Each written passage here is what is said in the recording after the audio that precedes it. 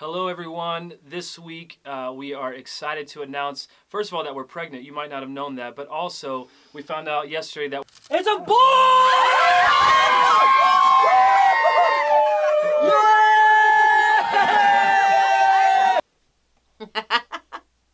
So this week we wanted to talk about our story, and although this week is really for us full of a lot of celebration, we're very excited. A lot of celebration happening around our house.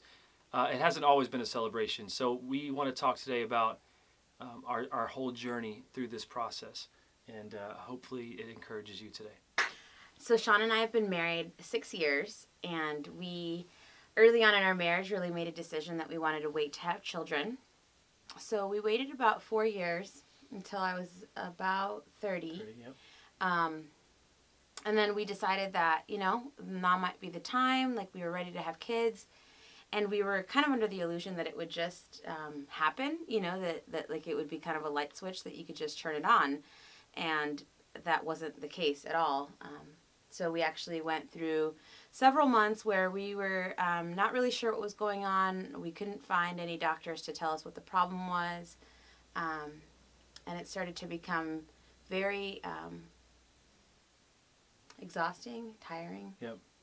Very apparent that it wasn't going to happen. We thought it's not going to happen naturally. And I think the crazy part for me is we had it all planned out, Yeah. We had life and marriage pretty much planned out, and it's cool because that's never the way that God wants to do it. Like, our ways are never His ways, and, Right. and at the time you're like, oh, why? My way's probably the best, but it's clearly not.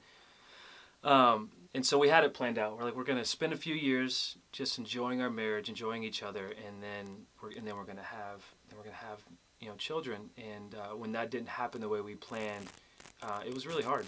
I think just for both of us, and I know definitely for you, it was hard. But we went to going to a lot of doctors and Yeah, we went to lots of doctors, and probably like a year and a half in, maybe, we started to go to a fertility specialist, and they diagnosed me with polycystic ovarian syndrome, which is PCOS for short, and it just means that you have a really hard time ovulating and being able to have children. So they say that like some women do have children with it, many don't. They kind of gave us this diagnosis, and we didn't really know what to go from there, but we decided that maybe we should start doing some treatments. So we signed up for our first round of IUI, which is a form of infertility treatment, and we got this really amazing call that somebody had paid for our first treatment. And so, I mean, it was like one of the best days ever. Like, it was so amazing. The treatments are about $1,200 a piece. Yeah. And so we had no idea who paid for it. It was anonymous. It was just so cool. And we just felt like God was saying, like, because of that this was it, that we were going to get pregnant this time. Yeah, and so we just were very excited during that time. I know we still don't know who donated that, but it was a blessing at that time, because through this whole journey, we were always thinking, well, I guess we're gonna have to pay a lot to have a kid, and we didn't know how we were gonna do that. But that was a blessing. I remember we celebrated that miracle, and we just were really thanking God that time for that miracle. Yeah. And unfortunately, the treatment didn't take, and we did 2 more treatments after that, and none of them worked. And they usually say that the max is 3 that you should do before moving on to like a more aggressive kind of treatment. And at that point, we kind of sat down and we really prayed about it, and we thought, God had been really laying Boston on our heart and church planning, and we just thought, well, maybe we just put this on hold. Yeah, so we just thought, maybe, let's put it on hold. Maybe God has this baby for another time, or maybe He wants us to focus on church planning right now. And so we did that. We took the time. Yeah. We did a few trips up to Boston and just really prayed about it. We felt like, okay, this is the time, God. We're going to go all in with this, and maybe the birth that we'll see right now is the birth of a church. And Right. so we went for it full force. I know, but still during that process it was hard, because we wanted a child, and we had seen a lot of people, friends and other people around us, especially on social media.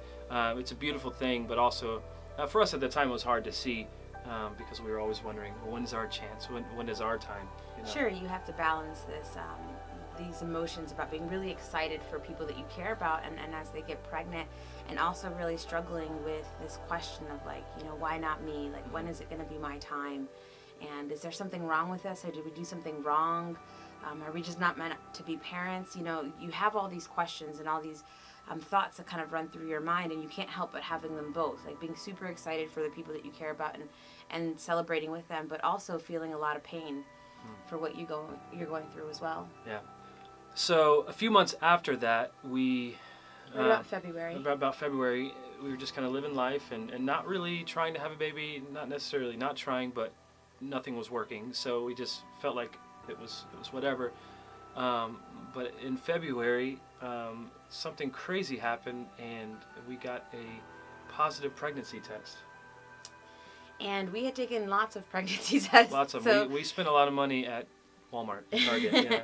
It was the first time we'd ever seen like those two lines on a pregnancy test, and it was incredible. Like, it was such an incredible moment. My family was actually visiting my sister and her kids, and her husband were in town. Yeah. And we had like a Disney plan. I mean, it was perfect. Everything was so exciting. It was just exactly, you know, how we would have imagined it to happen. And then sadly, only like 3 or 4 days later, we had an early miscarriage. And we went to the doctor, and they actually called it a chemical pregnancy, which just means that it's such an early pregnancy that they don't even really qualify it as a pregnancy because it's so early on, you know. But that didn't change the pain that we felt in our heart, because I mean, we had waited so long for this baby, and it finally like arrived, and that moment was there, and we had gotten so excited and given into hope, you know, and told like our really close family, like our family and our really close friends, and then we just had to kind of tell them all that we had lost this baby, and it was devastating. It really was. Yeah, I think that, I mean, you go through years, what ended up turning into years of seeing like negative pregnancy tests, and then when you see the positive, it just, I like that phrase, giving into hope, because we had to hold on to hope so much during this process, but then when that happened, it was like, oh, there's hope. That's so cool. You know, it happened, and then at the time, that it felt like it was being stripped away from us. I mean, that was a devastating month there, I would say. Yeah, we really had to process the loss of that, and it just the loss of getting excited and being able to start dreaming about what it would look like to have a family. Yeah. And then after that, it just was kind of waiting. I think that there was just a lot of waiting. I mean, there was really nothing else to do. Like, we knew that we didn't want to start the treatments up, that we were going to be relocating to Boston in July, and so we just sat there kind of in the pain of it all. And then we moved here in July, and we had kind of talked about, you know, maybe putting it on hold for a little bit till we got settled. And through that time, I started reading a really good book with my friend, one of my best friend, and it's a book. I'm actually going to share like the picture of it here with you guys so that you can see. It's called Every Bitter Thing is Sweet. So this book, like, I really think that God brought this book to my life at a very particular time, because it was exactly what I needed. We were going through so many emotions, having left like the place that we called home for about 15 years, our church family, all of our close friends, our family. We moved to this place that we had, you know, knew almost nobody, and so it felt like there was so much barrenness in our life. And so the process of kind of reading through this book really helped define what this whole journey was about for us, and at least for me it did. Yeah. What are some things that you felt like you learned in that process? I just wanted to, maybe it would be good for some of you out there to hear kind of what we learned. Yeah, I think one of the things, and I kind of wrote down some points, so I'm going to be looking at my phone a little bit, but I think one of the things that I saw was like seeing God in the mess. You know, I really was starting to see that that this whole process of infertility was really causing me to question, not necessarily the fact that God was good, because I felt like I knew that he was good. I just wondered if he was good to me. I wondered if I was good enough for him to choose me, to heal my body, to give us a family.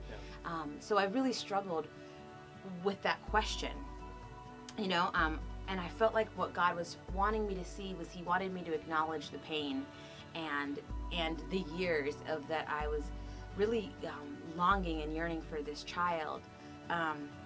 And so there was like this quote here that I really enjoyed. And it said, "My mess wouldn't be forever a curse. One day it would be my crown. One day it would tell me a story that yes, he is good to me."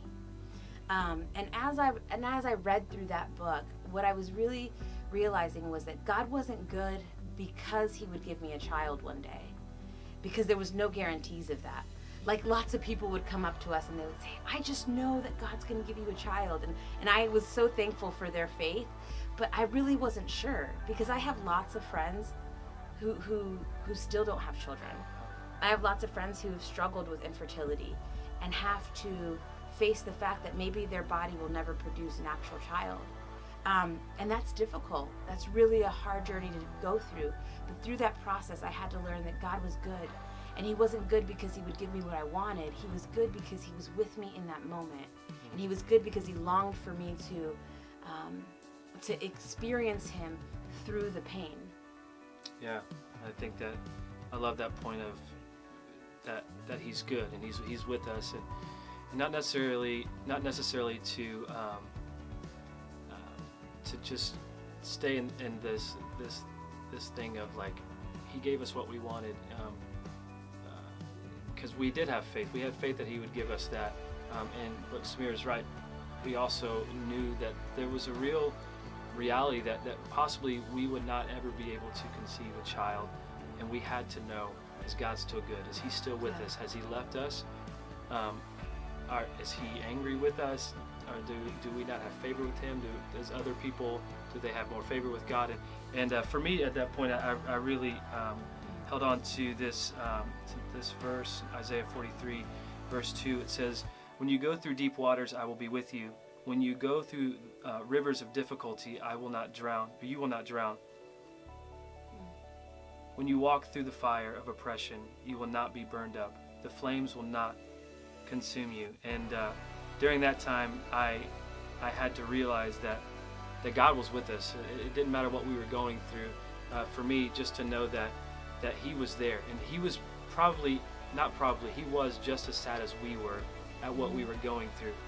And just to realize that God was beside us, he was walking with us, he was sad with us, he was there comforting us in our sorrow, really helped us, I think helped us both really to know that we could get through this, just knowing that he was with us. I love the last words of Jesus as he ascended into heaven. He said, and know this, I will be with you always, even to the end of the age. And that's always an encouragement to me, no matter what we're going through, that he's with us. No matter what you're going through, he's with you.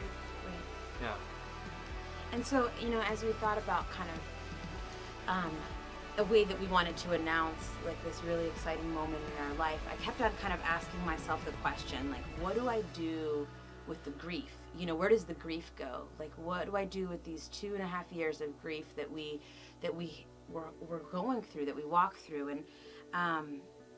And Sarah, the author of the book, says a quote that says, "How do I say goodbye to a season that he used to make me who I am?"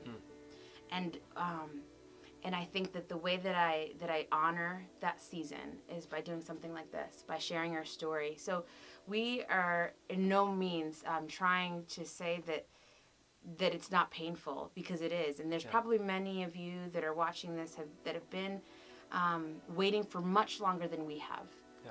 And that have had many, many more miscarriages than we have, and that have been through so much more pain. And so we just want to encourage you that God has a story for you, that he's writing out your story, and that in that story, although there's a lot of pain, that I pray that you would be able to see the glory inside of that, and be able to know that God is with you as well. I just hope this encourages you, and I just want to kind of leave you guys with one last quote from that book. Obviously, I really liked the book. She says right at the very end, she says, "He knows that it will one day be a crown, not through new circumstances, such as a baby, but through a new heart. In your barrenness, you will know God as the giver of good gifts. Before your body ever holds another heartbeat inside of it, He will give you life." And that's the truth, guys, is that we believe God is faithful. Not because He gave us a child, although we are so incredibly grateful He did, but because He was with us through this process. Yeah. Thanks for listening. Thanks for listening. I also want to share with all of you watching, maybe this doesn't apply to you. Maybe you haven't gone through infertility, maybe you're not married, but maybe you know someone who is and who would benefit from this and benefit from our story. It's our heart just to share our story with people. I believe that our mess could really help other people. I'm a firm believer in that. So maybe this week, if this video will apply to someone else's life and really bring encouragement to them, I just want to ask you to share it with them. Also, if you're watching this and you have comments, we'd love for you to comment here on our YouTube page. You could also send us emails. We'd love to hear your story, pray for you. You could send us emails at boston@circlechurch.cc. We'd love to hear from you. We'd love to pray for you, pray with you, and believing that God would be with you during this time, during this season of your life. And again, thank you so much for listening. See you next week.